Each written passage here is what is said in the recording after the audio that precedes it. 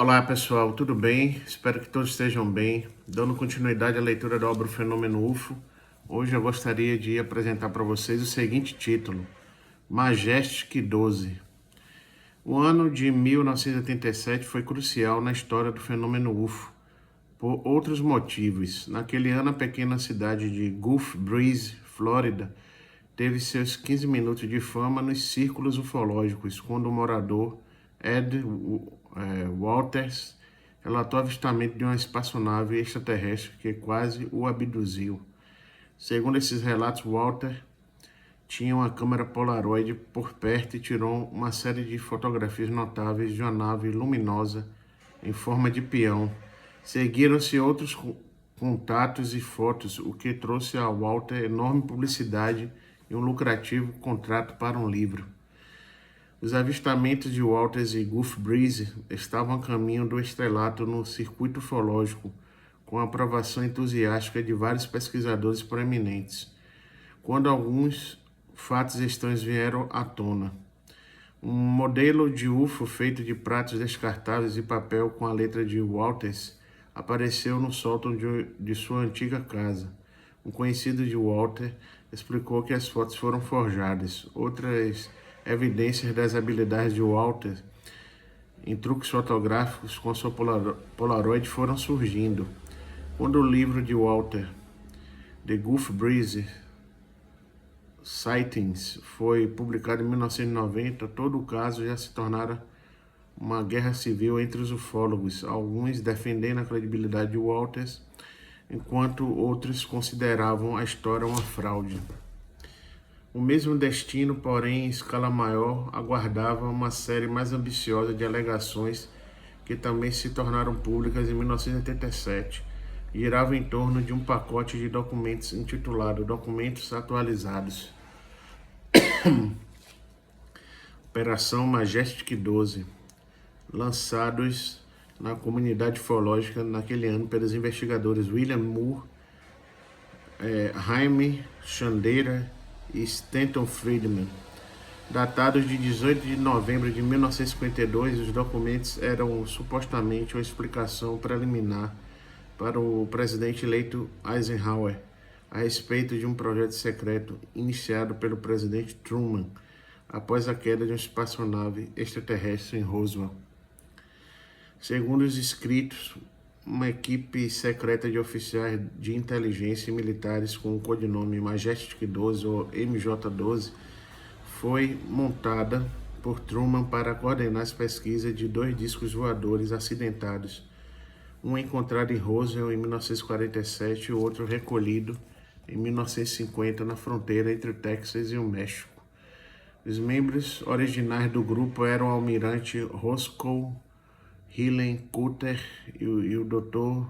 Vannevar Bush, secretário de Defesa James Forrestal, general Nathan Twining, general Hoyt Vandenberg, o Dr. Detlev Bronk, o Dr. Jerome Hunsaker, Sidney Sowers, Gordon Gray, o general Robert Montag, o Dr. Lloyd Beckner, e um detalhe interessante, o Dr. Donald Menzel, o decano dos detratores norte-americanos da ufologia. Esse grupo cuidava da resposta norte-americana ao fenômeno UFO, que incluía contatos extensos com extraterrestres e uma série de operações secretas cujo objetivo era apreender os segredos da tecnologia alienígena e esconder do público a existência dos ETs. A pré-história desses textos remonta ao início dos anos de 1980, quando o ufólogo William Moore foi procurado por homens do Escritório de Investigações Especiais da Força Aérea, que lhe propuseram um negócio tentador. Os oficiais do AFOC afirmaram pertencer a um grupo dissidente que não apoiava a política de encobertamento em torno dos UFOs por parte da Força Aérea e queriam divulgar o arcabouço de dados sobre visitas extraterrestres à Terra, que até então pertenciam àquela instituição. Eles ofereceram a Moore acesso a materiais secretos acerca dos UFOs. Em troca, desejava que os mantivessem informados sobre as atividades de certos ufólogos, em especial um engenheiro eletrônico em Albuquerque, Novo México, chamado Paul Benevitz. Moore mordeu a isca e, no decorrer daquela década, entregou vários relatórios a respeito de Benevitz e outras pessoas nos círculos ufológicos a seus contatos do AFOSSE. O que ele ganhou em troca foi um vislumbre do santo graal da hipótese extraterrestre, documentos aparentemente dos mais altos escalões do governo dos Estados Unidos, que afirmavam provar a existência de contatos frequentes entre as autoridades norte-americanas e seres de outro planeta. O primeiro desses documentos foi passado a Moore por seu principal contato do AFOSSE, o primeiro sargento Richard Dott, em fevereiro de 1981. Veio na forma de um teletipo dotado de 7 de novembro de 1980, endereçado ao escritório do AFOSSE na base da Força Aérea em Kirtland, de uma alta autoridade em Washington, D.C., acerca de fotos tiradas por Benevitz. A mensagem se referia a um projeto Aquário secreto e algo chamado MJ-12. Quando Moore entregou o documento a uma emissora de televisão em 1982, um funcionário desta contatou a Força Aérea. O AFOSSE investigou e afirmou que era uma falsificação. Moore, claro, contradisse.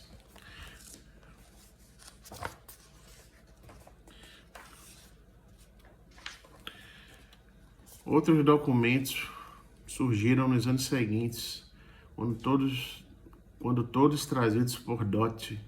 Em 1983, Dott permitiu que Linda Moulton Howe, ufóloga que ingressou nesse assunto por meio de sua pesquisa sobre mutilações de gado, lesse um documento que supostamente seria uma explicação enviada ao presidente com mais detalhes do projeto Aquarius.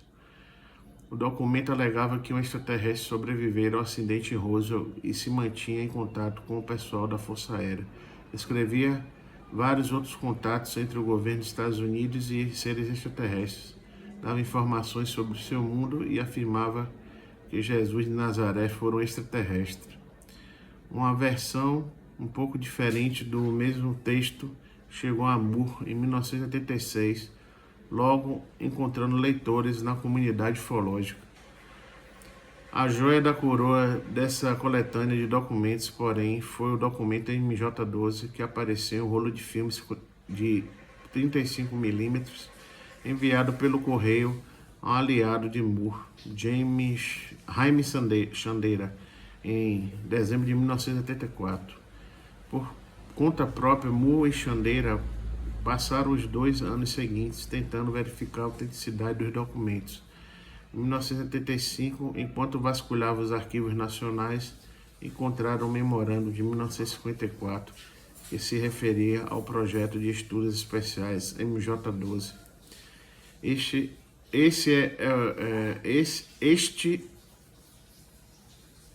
é o documento explicativo ao presidente finalmente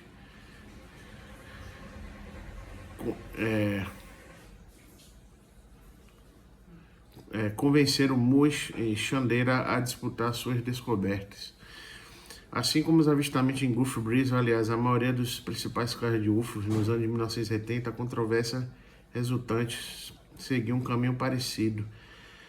A princípio, os documentos MJ-12 foram aclamados pela maioria dos ufólogos, uma descoberta avançadíssima, capaz de finalmente acabar com o acobertamento do governo e forçar as pessoas a aceitar a realidade da presença de naves extraterrestres nos céus da Terra. Posteriormente, contudo, surgiam problemas com a descoberta e o entusiasmo inicial se dissolveu em querelas entre os defensores e os acusadores da autenticidade do documento. Os partidários da hipótese nula afirmavam que os documentos continham palavras e expressões mais características de 1984 que de 1952. Não condiziam com fatos conhecidos acerca dos supostos membros do MJ-12 ou as atividades de outras pessoas envolvidas e não tinham as características de todos os documentos secretos autênticos da época. Com tantas contradições aparentes, a maioria dos ufólogos perdeu o interesse pelos documentos, embora a minoria continuasse insistindo que o MJ-12 era uma realidade. O que distingue o MJ-12 de Gulf Breeze e de outras falsificações ufológicas da época é o nível em que atraiu a atenção de ouvintes de outra subcultura do período. Após as crises culturais dos anos de 1970, um número crescente de norte-americanos começou a suspeitar o pior de seu governo. A sequência natural foi o surgimento de uma rede underground de oradores e livros de publicação independente, a qual afirmava que a democracia norte-americana era uma mera fachada por trás de forças sinistras que arquitetavam a escravidão do planeta. O fenômeno UFO, com seus tons de conspiração governamental e propósitos extraterrestres desconhecidos, encontrava um bom nicho dessa visão paranoica. E uma fusão das duas coisas ocorreu também em 1987. Em 27 de dezembro daquele ano, John Lear, filho do pioneiro da aviação William Lear, famoso pelo Learjet e ex-piloto contratado pela CIA, emitiu uma declaração acusando o governo dos Estados Unidos de vender a humanidade para uma raça de extraterrestres malignos.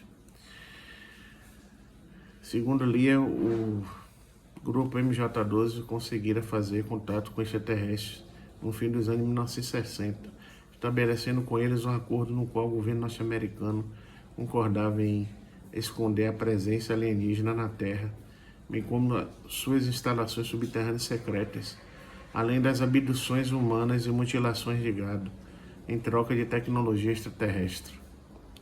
A primeira base alienígena foi estabelecida na base aérea de Groom Lake, Nevada, seguida de outra em Dulce, Novo México. No fim dos anos de 1980, entretanto, o MJ-12 percebeu que seu tratado com os ETs foi o pior erro da história da humanidade. Em 1979, 67 tropas de força especial morreram em uma tentativa frustrada de resgatar prisioneiros humanos da base de Dulce. Mas hostilidades se seguiram, com os alienígenas sempre levando a melhor.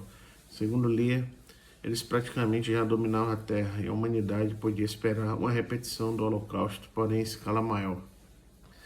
Tudo isso era material para alimentar crenças extraterrestres, bem como para aumentar o clima de paranoia dentro da comunidade ufológica. Uma afirmação aterradora atrás de outra, poucas pessoas notaram a princípio que boa parte da retórica de Lear se encontrava em um lugar real, com seus próprios mistérios aéreos. Então, pessoal, essa foi a leitura de hoje. Eu agradeço então pela atenção de todos e até breve.